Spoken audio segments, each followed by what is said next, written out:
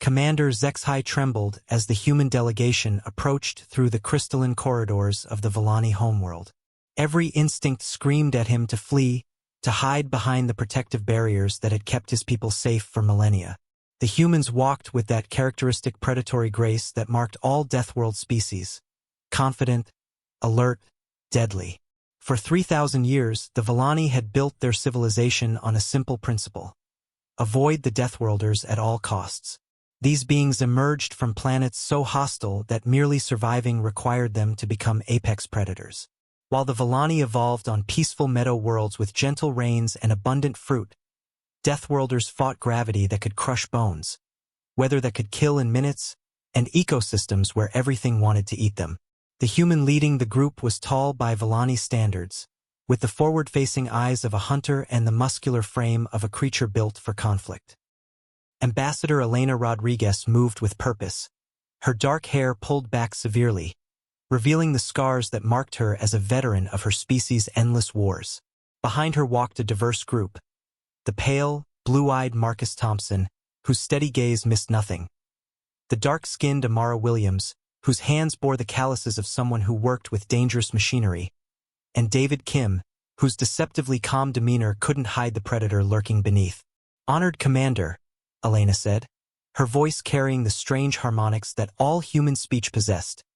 Tones evolved for communication across battlefields and through atmospheric interference.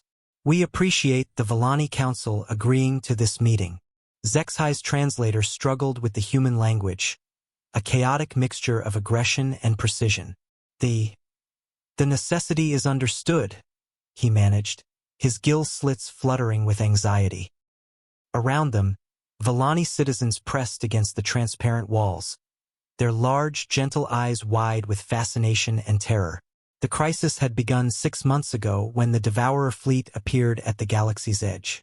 These mechanical horrors consumed entire star systems, leaving nothing but empty space in their wake. The Volani's peaceful allies had fallen one by one, their defense fleets scattered like leaves before a hurricane. Desperate times called for desperate measures. "Your reputation precedes you," SciFi continued, trying to maintain diplomatic composure. "We have heard of human military capabilities, the destruction of the Exathol Armada, the defense of New Geneva against impossible odds." Marcus stepped forward, his movements economical and threatening despite his diplomatic intentions. "What you've heard are just the stories that survived," he said matter-of-factly. "Most of our best work never makes it into official reports." The casual admission sent another shiver through SciFi's translucent skin. These beings spoke of violence like others discussed the weather. Elena gestured to a holographic display showing the advancing Devourer fleet. "We've studied your tactical situation. The mechanical nature of these enemies actually works in our favor. Humans have been fighting machines for generations. But why help us?" SciFi asked, the question that had haunted the council debates. "What do Deathworlders gain from protecting a peaceful species?" The human delegation exchanged glances, and something passed between them that SciFi couldn't interpret. Finally, Amara spoke, her voice surprisingly gentle despite its predatory undertones. "Because peace is precious," she said. "We've seen what the universe does to worlds like yours when there's no one to stand guard. Beauty gets consumed, art gets destroyed, entire ways of life disappear forever." David added, "Humans learned long ago that strength without purpose is just destruction. We became strong so that gentle things could continue to exist." Elena nodded, her scarred hands clasped behind her back. "Your species represents something we lost millennia ago on Earth.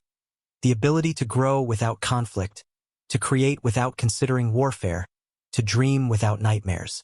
That's worth protecting." The words hung in the crystalline air, translated and retranslated by quantum processors trying to convey concepts that had no equivalent in Volani thought. For the first time since the crisis began, SciFi felt something he'd almost forgotten: hope. "Then we accept your alliance," he said formally, though his voice shook with emotion. "May our species learn from each other." As the humans smiled, that terrifying expression that showed their predatory teeth, Zexhai realized that sometimes the most dangerous beings in the universe were exactly what you needed on your side. Chat controls Sonnet 4.